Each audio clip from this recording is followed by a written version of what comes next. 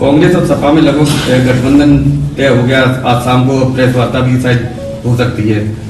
17 सीटों को लेके जहाँ तक सूचना मिलेगी सहमति बनी है। जी हुआ है कुछ ऐसा? अगर आपको सूचना मिली है तो कोई फैक्ट्स तो होंगे तभी आप तक सूचना आई है। नहीं, 2-3 सीटों को लेके कुछ अभी, लेकिन अब आप पे सूचना आई है तो मैं समझती हूँ कि कोई ना कोई सच्चाई होगी इसमें।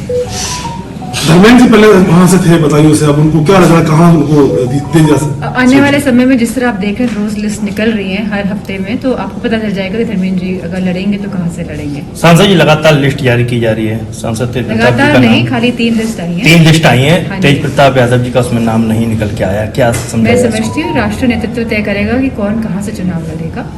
और राहुल गांधी ने एक बयान दिया है कि यूपी के युवा जो हैं वो रात में शराब के नशे में सड़कों पे यूपी के युवा जो है वो शराबी है, रात भर सड़कों पे मतलब डांस करते हैं।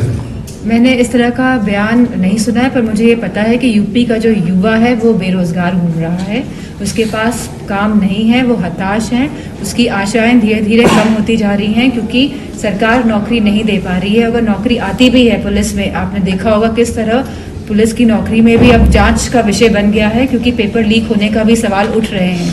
तो मैं समझती हूँ, और जो यहाँ पे $1 ट्रिलियन इकोनॉमी की बात हो रही है, जो यहाँ पे डिफेंस कॉरिडोर बनने की बात हो रही है, जो यहाँ पे इन्वेस्टमेंट समिट की बात हो रही है, जहाँ कह रहे हैं कि लाखों करोड़ रुपए उत्तर प्रदेश में आ रहा है, तो अगर उत्तर प्रदेश में इस तरह का कोई भी इन्वेस्टमेंट हो रहा होता तो मैं समझती हूँ कि यूपी की जो यूपी आगे बढ़ रहा होता, युवाओं के पास नौकरी होती, रोजगार होते, किसान खुशहाल होता। आज किसान की भी अगर स्थिति देख लेंगे क्या है, पूरे भारत का किसान हमारा आज परेशान है। और जो राष्ट्रवाद की बात करते हैं, असली राष्ट्रवाद किसान और हमारा जवान है, और इन दोनों स्तंभों को इस सरकार ने बुरी तरह से हिलाने का काम किया है। आज बीजेपी से भारतीय जनता पार्टी में लखनऊ में शामिल हुए हैं, क्या इससे कोई पार्टी को कोई असर पड़ेगा?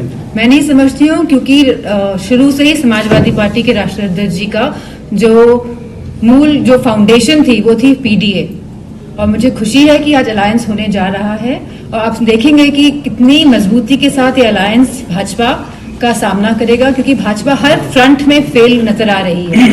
मैनपुरी से बीजेपी 4 स्तंभों की बात हुई थी, नारी की, युवाओं की, किसानों की और जवानों की।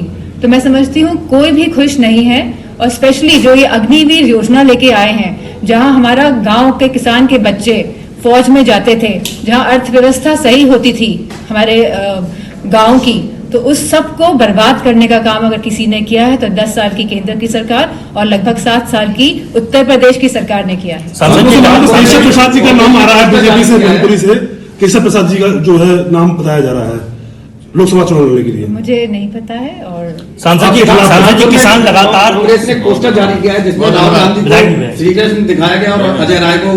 मैंने ये पोस्टर देखा नहीं है तो मैं मान नहीं। सांसद जी लगातार किसान धरना दे रहे हैं, सरकार कह रही है कि बैठक की जा रही है, बातचीत की जा रही है, लेकिन अभी तक किसानों के प्रति कोई भी निष्कर्ष हल निकल के नहीं आ रहा। कैसे मानते हैं इसको लेकर, क्या देखते हैं? मेरे हाथ में कुछ है नहीं इन सब चीजों को लेकर।